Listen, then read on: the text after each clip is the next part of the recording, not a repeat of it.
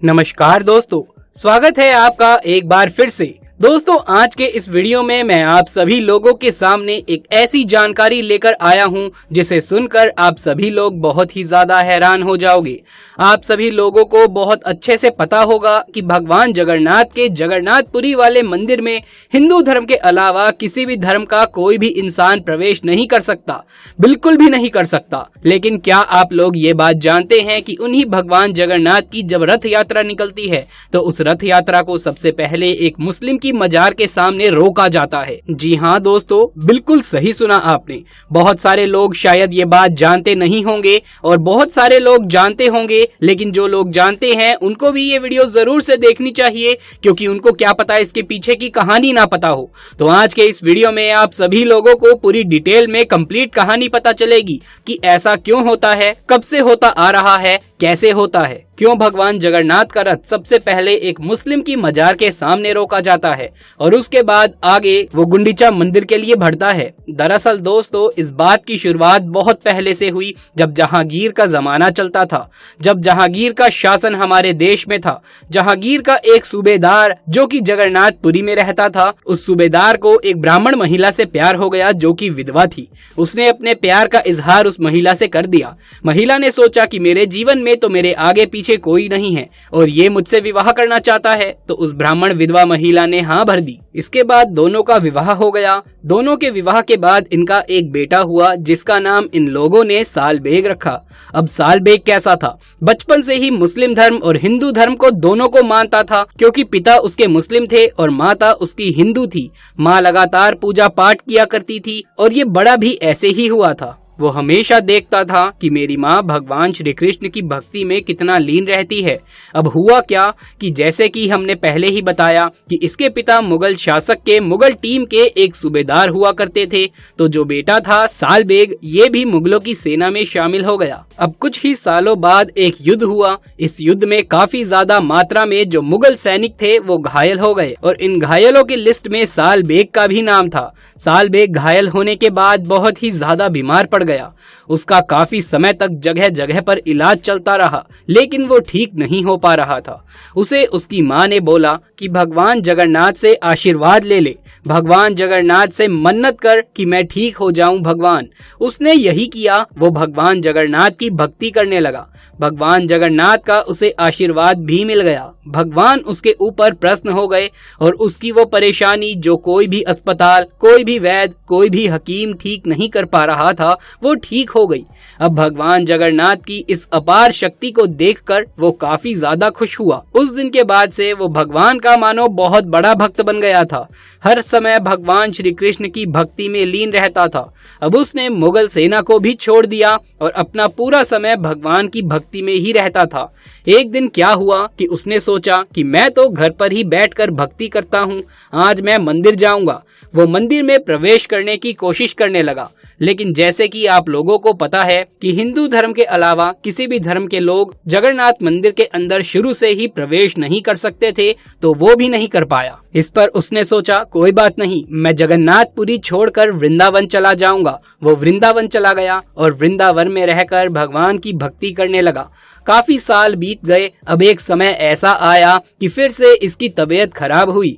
अब उम्र भी हो गई थी, बूढ़ा ये हो गया था। अब इसने सोचा कि मेरा आखिरी टाइम चल रहा है, मैं जगन्नाथ ही चला जाता हूँ और वहीं पर आज के बाद रहूंगा। अपनी बाकी की जिंदगी, बाकी का जीवन भगवान के नाम पे ही समर्पित कर दूंगा। वो पुरी में आकर के रहने लगा। दोस्तों, जगन्नाथ जी की रथ यात्रा बहुत पहले से निकलती आ रही है। रथ यात्रा अब से नहीं निकल रही, बल्कि उस जमाने में भी रथ यात्रा निकला करती थी। अब ये जब जगन्नाथपुरी वापस आ गया तो ऐसा था कि भगवान के दर्शन करने की इसकी जो इच्छा होती थी, वो भगवान के दर्शन इसे साल में एक बार हो जाते थे।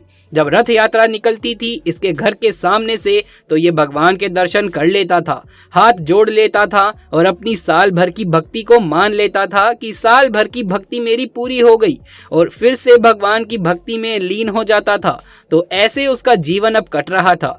अब एक बार की बात है, इसे किसी काम से जगन्नाथपुरी से वापस वृंदावन जाना था।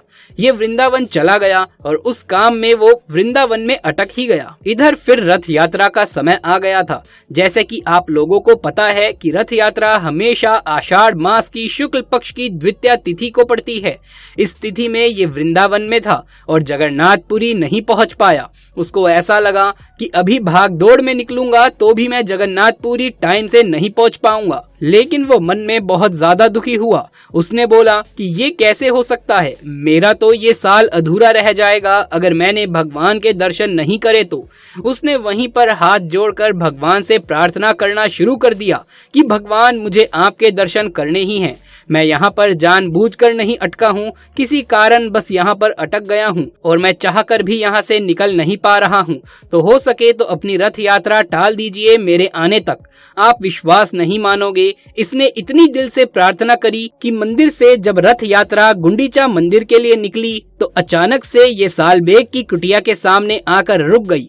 लाखों भक्त थे रथ को खींचने वाले, बहुत कोशिशें करी लेकिन रथ को खींच वो नहीं पाए। इधर सालबेग वृंदावन से निकल चुका था जगन्नाथपुरी के लिए। वो जैसे ही जगन्नाथपुरी में अपने घर पर पहुंचा तो वहां का माहौल देखकर एकदम चकाचौंध रह गया, क्योंकि वो रथ यात्रा अटकी पड़ी थी। लाखों लोग रथ को खींचने की कोशिश कर रहे थे लेकिन वो रथ सालबेग की कुटिया के सामने से आगे नहीं बढ़ रहा था।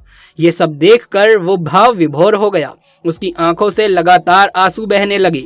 वो भगवान के सामने सर झुकाकर बहुत ही ज्यादा प्रसन्न हुआ। उसके बाद ही वो रथ यात्रा वहां से आगे बढ़ी।